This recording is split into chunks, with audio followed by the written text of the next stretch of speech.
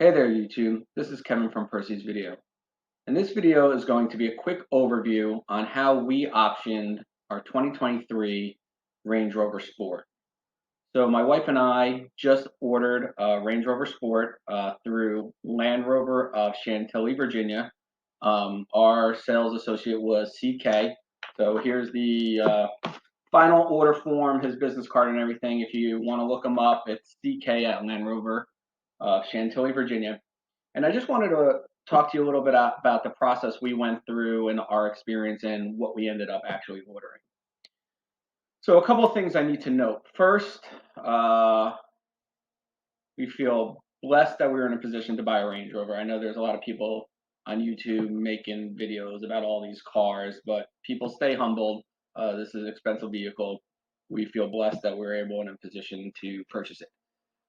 Second thing is that we are purchasing this vehicle through our company, so it's a company vehicle, and therefore we needed to purchase and take delivery in calendar year 2023 for certain tax breaks that we'll get by using it as a company vehicle.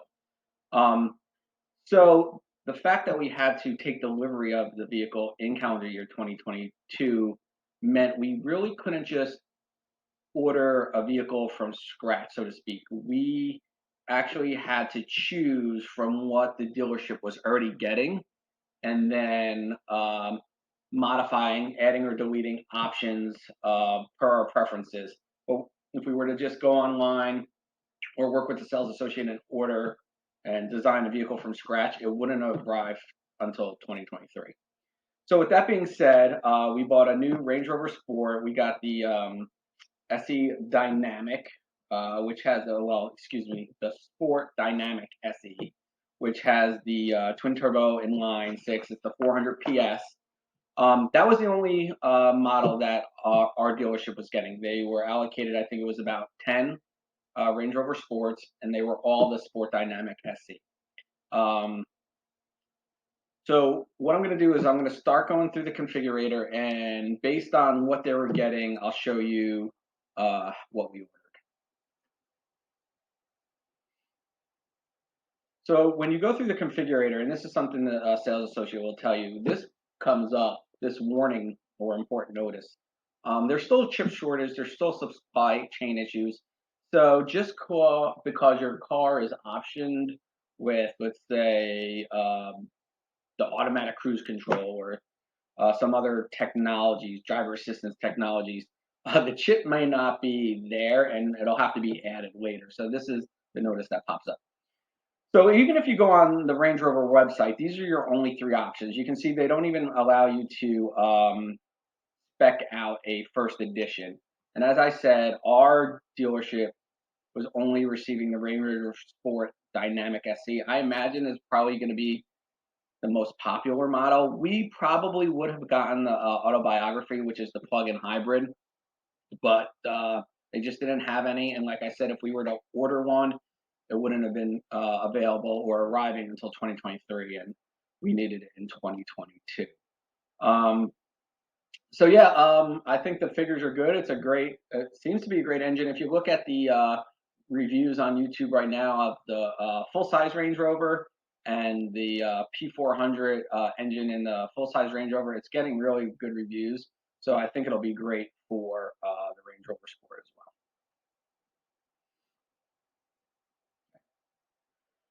All right, so the first thing, obviously, you need to do is pick out your colors, and they actually had a vehicle coming that had the exact exterior and interior colors we wanted, and that kind of helped us decide that maybe we should go forward with it. So we actually got Fuji White. We didn't do any special paint colors. It was coming as Fuji White. We were fine with Fuji White, so we stuck with Fuji White. There's a bunch of different colors that are upcharges, but we just stuck with standard white. And then we went with the black exterior pack. We're a big fan of white vehicles with the black exterior pack. A lot of people say the new generations, the younger generations, I should say, are more into the black exterior packs, where the older generations are more chrome. I don't know. It's just our personal preference. Let me know what you think. Do you like the chrome look or the blacked out look? we obviously went with white with the black look. All right, so we did not upgrade our lights. The standard lights look pretty good to us. I don't know. We just didn't do it. Let me know if you think that was a mistake. This is one of probably a couple of options that we did not get, and I'll cover those. But we just went with the standard lights. They look pretty good. I didn't see a need to get the pixel LED. We did get the fog lights though. And I don't know if you'll see in a later picture, the fog lights are a little slit at the very bottom, in the bottom like front bumper area.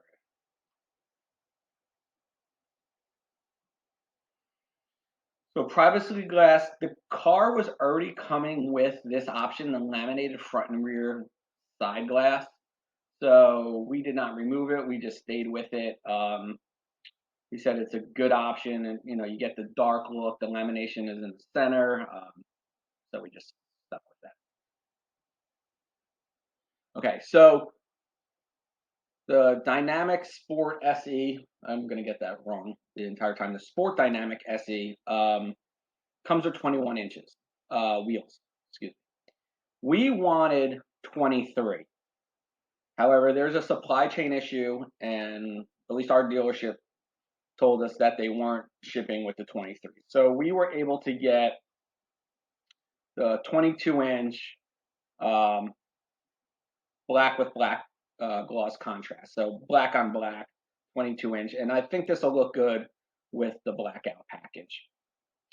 We also added, instead of the standard black brake calipers, we went with red. So it'll be a white vehicle with the blackout package, black wheels, and red calipers. We also are getting the full-size spare. I don't know. I've had to change a tire on the side of the road at night in the dark. I just feel more comfortable with a full-size spare. I always carry a can of Fix-A-Flat too, so we just did the full-size spare just for safety and comfort reasons.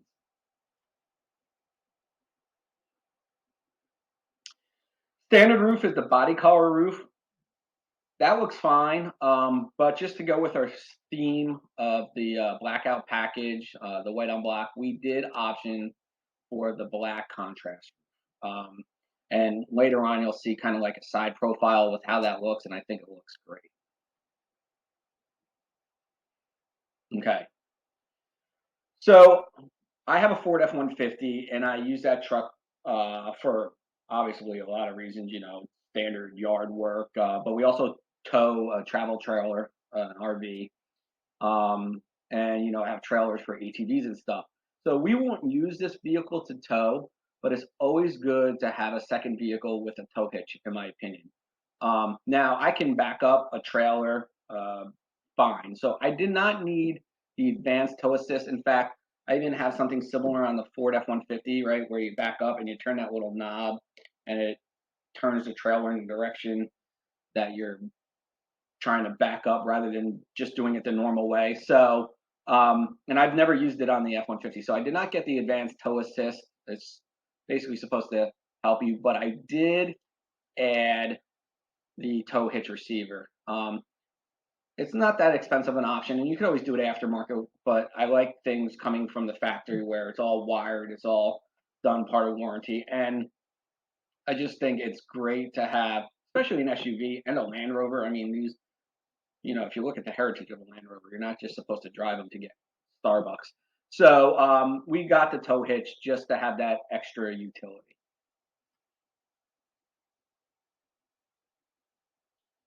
Okay, so here is where we may have optioned it maybe outside the norm. So we are big fans of white vehicles with the red interiors, or maybe even a light gray or silver with red. I know it's either a hate it or love it style. We love it. So this is what we did. White vehicle blackout package, and then the inside is this deep garnet. It's like this maroon with ebony. So it's like a maroon and black interior. And I think it looks great. My wife loves it. So that's what we went with. And the dealership had actually spec'd it this way. So maybe we're not the only ones. Let me know what you think. I know it's a love it, I hate it. We love it, so that's what we went. Let's see if there are any options. Okay, so as far as the seats, we went with the 20-way electric heated and ventilated memory front seats and heater powered recline back seats. We did not get this option because I think it just adds the ventilated to the reclining seats. And honestly, I have ventilated seats in the F-150 now. Never use them. We have a Dodge Durango that are heated. I don't know. We just it was coming with this option, so we just stuck with it. We didn't see the need to do ventilated in the rear. We did not do the bespoke full extended leather upgrade. Honestly, don't really know the specifics. I imagine maybe more leather on the dash and other places. I think the vehicle looks fine as is. And we didn't do the rear seat entertainment. We actually have a rear seat entertainment in our Dodge Durango, and we never use it, right? Our kid is either on her phone or iPad. As long as you have the Wi-Fi capability or just unlimited data, you really don't need, in my opinion, the rear seat entertainment. I think the phone and the iPad do as much. So that's a lot of money for something that we honestly never use or would use in this car. We just did the standard headlining. We didn't do the two-tone. I don't know. I don't spend much time staring up at the headliner, so to me, it wasn't a big deal.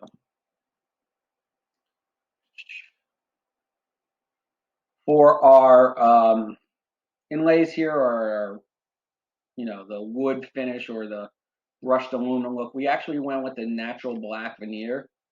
That was what was optioned by the dealership, and we just went with it.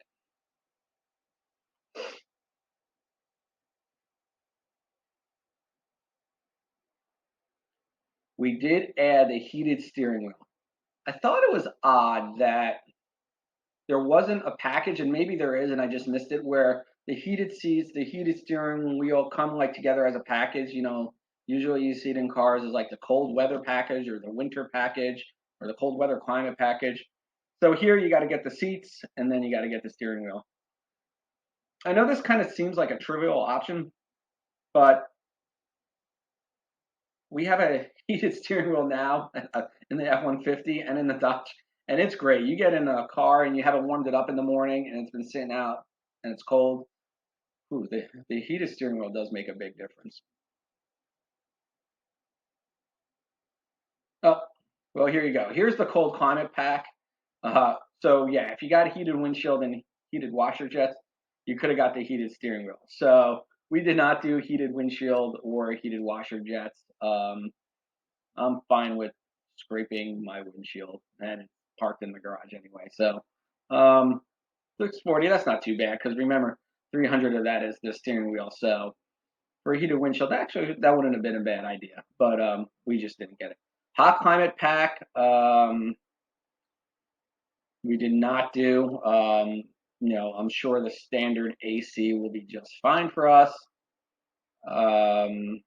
Convenience pack, I don't think we did either. It's a powered gesture tailgate. I mean, I think that's so you can wave it with your foot as opposed to just pushing the button. Manual rear side window sun blinds, no.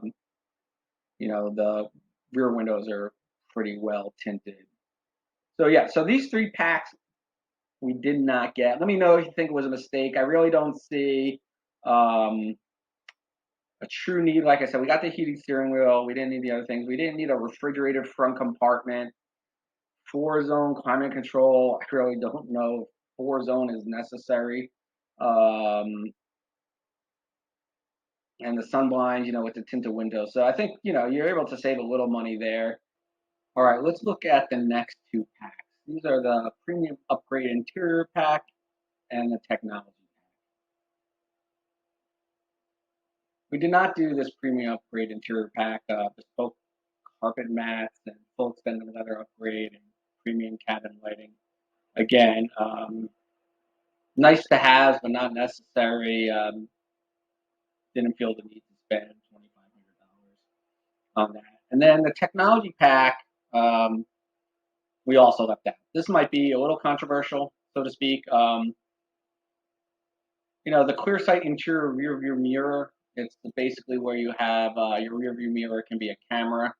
So you're either looking through the window or looking through a camera. Again, I've been driving with just a standard rear view mirror all my life. I didn't see a need for the camera. And the heads-up display, again, that's pretty cool technology. But the new Range Rovers actually have a really great driver input screen, if you will. It's like a 13-inch digital display with all the driver input information you need. So again, just didn't feel the need for a heads-up display. We did not get the premium textile pack. However, we do have the rubber mats, with kids and dogs and all that. They're nice to have. And we also got the wheel protection pack. So,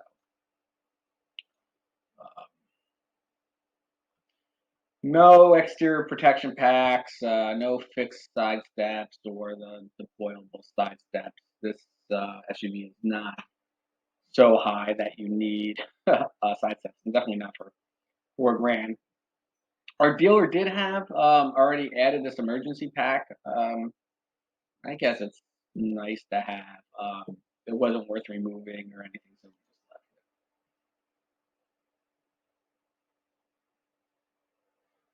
it. We did not do the illuminated metal tread plates or the metal cargo space.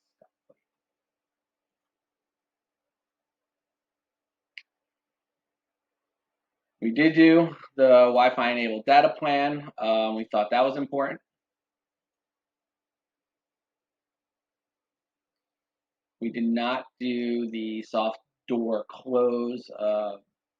We know how to close our door. I don't know. I guess it's fancy, but again, not necessary. No, we did not get the park assist. It comes with the adaptive cruise control and all those driver assistance, but the parallel parking assistance is just not something that we needed. I lived in DC for a solid 20 years. I can park anything in pretty much any parking spot, and I've done it without park assist. And where we live now in Virginia, there's no need to really parallel park, so we went without. Okay, so these two options here is what I think really are the most two important options on a Range Rover, at least in my opinion. My wife thinks I'm crazy, but so be it. And without these options, I was not going to get the vehicle. So these were a must, and we had to make sure that the dealership could get the vehicle, um, with these options. If you look at just the heritage of Land Rover and Range Rover, I mean, it's really about the workhorse that they are and the four-wheel drive or the four-wheel off-roading capabilities, if you will. And without these two options, you're basically just driving, standard SUV. So I just felt like these were necessary to stay within the spirit of what a Range Rover and Land Rover should be.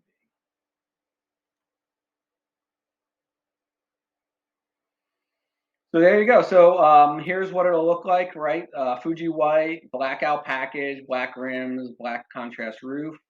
We think it looks really great. And here you go. You can see the fog lights down here. They're small. Rear, tow hitch will be right here, hidden. You got the camera and the antenna there. And here's that burgundy right here. It's right here along the dash and the seats, and then everything else is black. Well, they call it garnet and ebony or something like that. You can see a little bit more of the burgundy or garnet seats there. All right, so that's our build. Let us know what you think. Did we get the right options? Should we have gotten more of the packs? Did we get too many options? Let us know what you think, and thanks for watching. Take care.